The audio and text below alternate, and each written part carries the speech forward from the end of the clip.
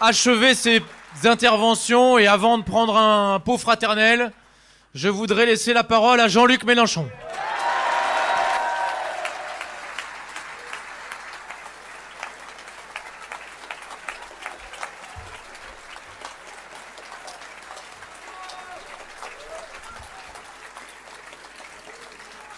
Camarades, je remercie le POI pour son invitation. J'ai bien compris que POI ne veut pas dire Parti ouvrier insoumis, mais Parti ouvrier indépendant. Pour ma part, j'y vois un synonyme.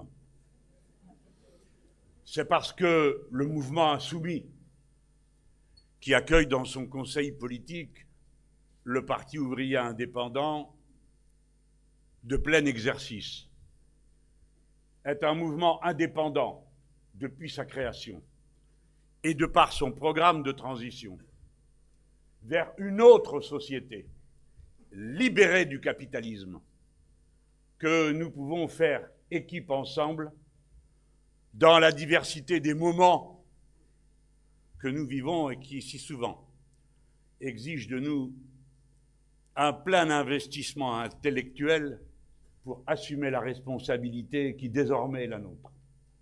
Quelle est cette responsabilité? À la face du monde, au moment où le libéralisme atteint aux yeux de millions et milliards d'êtres humains sa limite, où il fait la démonstration qu'il est hors de contrôle, qu'il porte en lui un chaos dont la civilisation humaine pourrait bien être à la fin la victime.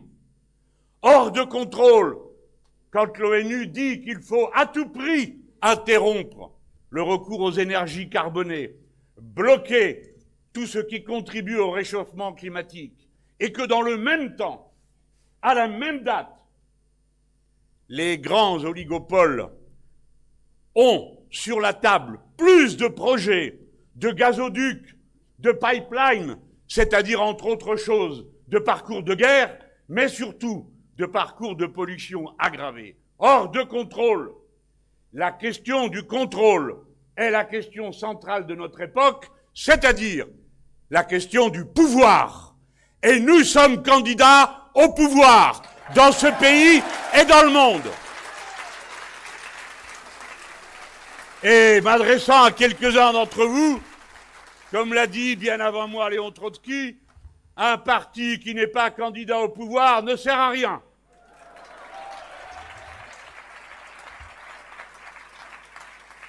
J'ai dit notre responsabilité d'être humain, mais nous avons une responsabilité particulière en ce moment même. C'est que, pour la première fois, on assiste à une conjonction sans précédent d'un mouvement social de la plus grande ampleur qu'ait connu ce pays depuis la grève générale de mai 1968. Et alors que nous disposons d'une fraction parlementaire et que c'est la gauche radicale qui mène le bal de la rupture. Il n'y a pas d'unité populaire possible en dehors de la rupture avec le capitalisme et le néolibéralisme. C'est la raison pour laquelle l'union est possible. Et sans la rupture, pas d'union. Avec la rupture, unité populaire. Alors, le mouvement insoumis fait son devoir, partout où il est. C'est-à-dire qu'il n'y a pas de différence, d'exigence dans l'engagement entre toi, mon jeune camarade qui vient d'arriver, et lui qui est là depuis 25 ans, et moi depuis plus de 50. La lutte, tous à la lutte, encore, encore, encore, encore, encore, jusqu'à ce qu'il cède. Voilà la consigne. Au Parlement, nous avons appliqué la stratégie parlementaire du martèlement démocratique. Chaque fois qu'ils ont fait le 49-3, chaque fois nous avons déposé la motion de censure. Nous avons toujours refusé la banalisation du viol de la volonté parlementaire. Et nous avons recommencé chaque fois qu'il l'a fallu jusqu'à ce moment sublime où notre groupe a entonné l'hymne révolutionnaire pour le reste du monde et qui a libéré la bande en disant « Nous ne jouons pas le jeu, nous ne respectons pas le cadre, nous ne sommes pas concernés par votre injonction. » Et puisque vous avez fait le 49.3, alors il y a la motion de censure parlementaire. Et puisque vous avez rejeté la motion de censure parlementaire, alors il y a la motion de censure populaire qui est commencée dans la lutte et dans la grève. Ne vous y trompez pas, mes camarades, et parmi vous, ceux que je connais depuis le plus longtemps, ne vous y trompez pas. Monsieur Bayrou a raison de dire que nous appliquons une stratégie globale. Il a tort de penser qu'elle est nihiliste. Le nihilisme, c'est eux. C'est au contraire une stratégie pleine d'espoir, d'amour de la vie, de certitude qu'à la fin, la vie l'emporte sur ces politiques de mort que sont la catastrophe écologique et l'exploitation sans fin des êtres humains à qui on refuse et à qui on veut voler maintenant 2 années de temps libre supplémentaires. Oui, nous avons une stratégie, et elle s'est appliquée dès la première heure, et nous nous en sommes jamais cachés, parce que nous l'avons écrit, expliqué, dans les plus de 200 meetings que nous avons tenus. Nous avons voulu que la lutte commence tôt, et c'est pourquoi nous avons immédiatement commencé la bataille pour élargir le front, dont nous espérions à l'époque que les syndicats le créeraient dans l'unité, et ce qu'ils ont fait. Mais comme l'a dit très bien Jérôme, et je souscris 1000 fois à ce qu'il a dit. Ce qui est la force de l'unité syndicale aujourd'hui, c'est la force de la mobilisation populaire et salariale. C'est elle qui tient cette unité. Le 21 janvier, nous avons appelé, derrière les organisations de jeunesse, à mobiliser. Et les syndicats, comme c'était leur droit, bien sûr, ont voulu convoquer auparavant. Et ils ont donc convoqué le 19 janvier. Nous avons gagné 15 jours de combat. Et nous avons commencé à appeler la jeunesse à entrer dans l'action. Et maintenant, elle doit déferler et s'organiser partout où elle est. Parce que sa responsabilité n'est pas que la responsabilité de la jeunesse étudiante. 3 millions d'étudiants dans ce pays, 400 000 paysans. Un étudiant sur 2 est un salarié. La jeunesse étudiante aujourd'hui est pleinement composée de travailleurs, de travailleuses. Elle est une composante de la classe ouvrière elle-même, la plus maltraitée, la plus précarisée, la plus grossièrement traitée. Ensuite, bien sûr, il faut, avec sens et responsabilité, mesurer à chaque étape qu'aucune solution n'est évidente. Mais quel était notre rôle de parlementaires insoumis? Déblayer la voie à la lutte populaire, pas se substituer à elle, car nous ne pouvions pas gagner au Parlement, mais nous pouvions déblayer la voie, c'est-à-dire argumenter point après point. Quand on nous amène 20 articles, on discute 20 articles, pas seulement un. Et quand on est sur les régimes spéciaux, article 1, on y reste le temps qu'il faut, car c'est plus de 100 ans de lutte de classe qui sont en jeu à ce moment-là. L'article 2, un code senior, au diable le code senior, il a été battu, si bien que le gouvernement est sorti de cette assemblée en haillons avec un texte de loi sans légitimité. C'était notre rôle de le faire. Et un texte dont seulement 3 articles ont été examinés, dont un battu. Voilà toute la légitimité qu'ils avaient à présenter. C'était notre devoir de faire en sorte que nous ne prenions pas le risque d'aller à cet article 7 qui tout d'un coup devenait l'article décisif. Mais pourquoi? On a très bien compris. Pour pouvoir annoncer, l'Assemblée nationale a voté la retraite à 64 ans. Eh bien, l'Assemblée nationale ne l'a pas fait.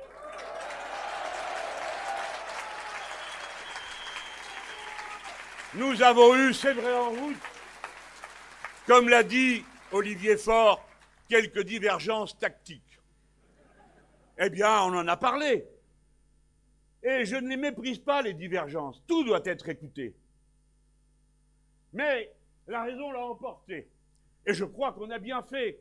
Car pendant la journée et demie où le groupe communiste, le groupe socialiste, le groupe écologiste, ayant retiré tous leurs amendements, comme il était heureux que les insoumis n'en aient pas fait autant, et que jusqu'à la dernière heure et la dernière minute et la dernière seconde, ils aient continué à argumenter.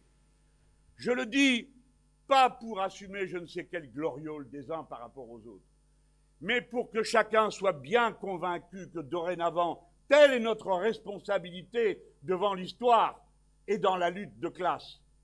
Nous sommes la fraction parlementaire la plus déterminée et la plus organisée, et nous incarnons aux yeux de millions de gens des élus stables, forts, sûrs, qui ne craquent pas, qui ne lâchent pas, sur lesquels on peut compter quand on est en garde à vue, quand on est en meeting, quand on est dans la lutte. Plus de 200 meetings, 14 millions de tracts, 700 000 euros de rassemblés, et nos députés toutes les nuits présents pour aller d'ici à là, pour continuer à dire que ce n'est pas une situation normale. Le seul responsable de toute cette situation est le président de la République, et il doit être dit que nous ne sommes pas d'accord avec la façon de mener la police, et que ceux qui sont dans la police doivent se souvenir que leur code de déontologie les autorise à refuser des ordres qui leur paraîtraient injustes ou contraires à la morale. Tout le monde est citoyen dans ce pays. Tout le monde a une conscience libre, quel que soit l'uniforme que l'on porte, quelle que soit sa tenue de travail. Voilà comment nous avons appliqué cette stratégie. Et depuis que le texte est ressorti du Parlement, eh bien, nous avançons hors les clous, hors du passage piéton traditionnel. Nous sommes dans une situation d'insurrection citoyenne que les masses maîtrisent à leur manière, par des débrayages successifs, parfois coordonnés lorsqu'ils ont la chance d'avoir des unions départementales syndicales capables d'organiser le roulement de l'action entre la raffinerie, les transporteurs, les pompes et retour à la case départ, la raffinerie, les transporteurs, les pompes, chacun 2 jours, rien ne marche. Et voici que s'affirme la force de cette classe sociale, qui est, exception française magnifique, le cœur de la révolution citoyenne qui est en marche, qui permet à des milliers de personnes, soit qu'elles ne travaillent pas parce qu'ils sont étudiants ou retraités ou chômeurs, de participer à la lutte. Et chaque soir, je sais, jeunes gens, où vous êtes. Et je vous donne raison. Suivez la consigne de Hong Kong. À Hong Kong, les autorités prétendaient imiter le gouvernement français dans la manière de réprimer la manifestation. Juste retour des choses, eh bien de l'autre côté, nous imitons les gens de Hong Kong qui manifestaient. Eh bien, suivez Bruce Lee. Be water. Soyez fluide. Courez. Le plus vite possible. Le plus souvent possible. Parce que plus vous courez, plus il court.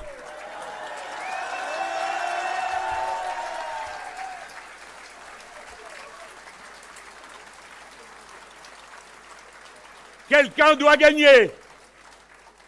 Et nous devons mettre tous nos moyens d'intelligence au service de notre lutte. Nous ne sommes pas d'accord avec les comportements qui invisibilisent la lutte de classe organisée et notre travail de militants. Mais pour autant, il est absolument inutile de réclamer de nous des leçons de morale à propos de la violence. Si nous avons à en donner, c'est aux imbéciles qui se sont crus malins sur leur quad d'hier de tirer dans le tas. Voilà qui nous en donnons des leçons de morale. Et à leurs chefs, ceux qui ont été incapables de contrôler la troupe, comme c'est leur devoir. Hier, la préfecture dit qu'il y avait 6000 personnes à Sainte-Soline. Eh bien, admettons, dans ce cas, nous avons aussi un autre chiffre à donner, celui que la préfecture a donné. Il a été tiré 6000 grenades. 4000, pardon. 4000 grenades, plus d'une par personne. 3200 gendarmes et policiers sur place. Et pourquoi, je vous prie, comme a dit M. Hollande, cet aigle, ils auraient même dévasté le chantier. Le chantier, c'est un trou dans les champs avec un tuyau. Alors oui, si les camarades avaient rebouché le trou, il aurait été débouché de nouveau et c'eût été une progression du PIB puisque ça compte qu'on bouche un trou ou qu'on creuse un trou. Alors les amis de la croissance auraient dû approuver. Mais pour l'instant, c'est là-dessus que je veux m'arrêter. Que faisions-nous? Que faisions-nous à Sainte-Soline hier? Les 9 parlementaires insoumis qui s'y trouvaient. Et ces milliers de personnes.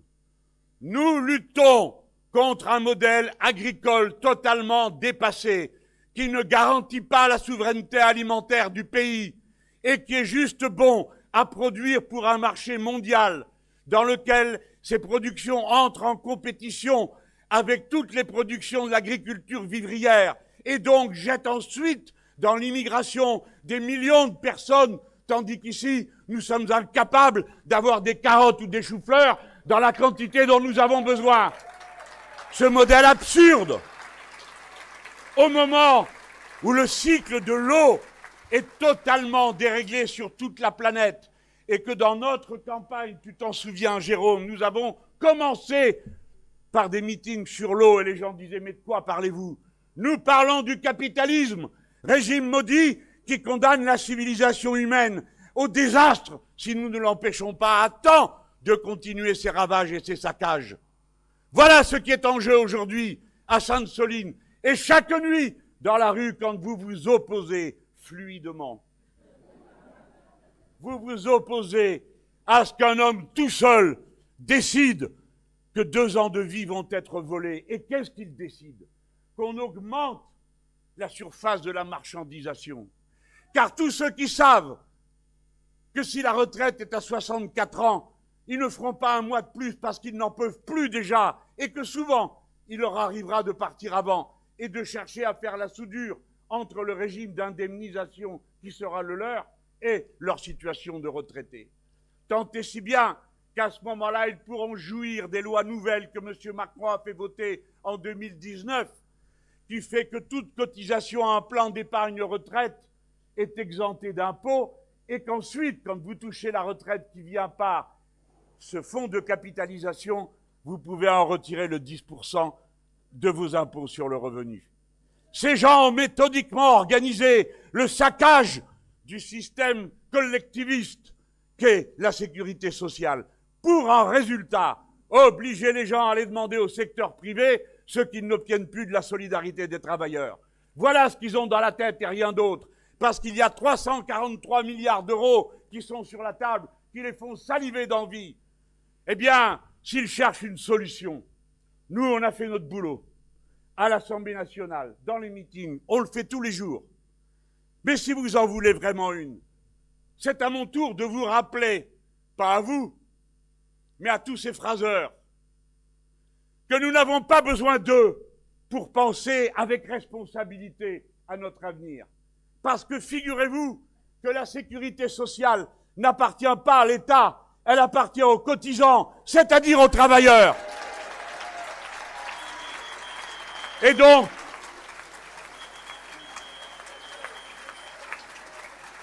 s'il veut une solution,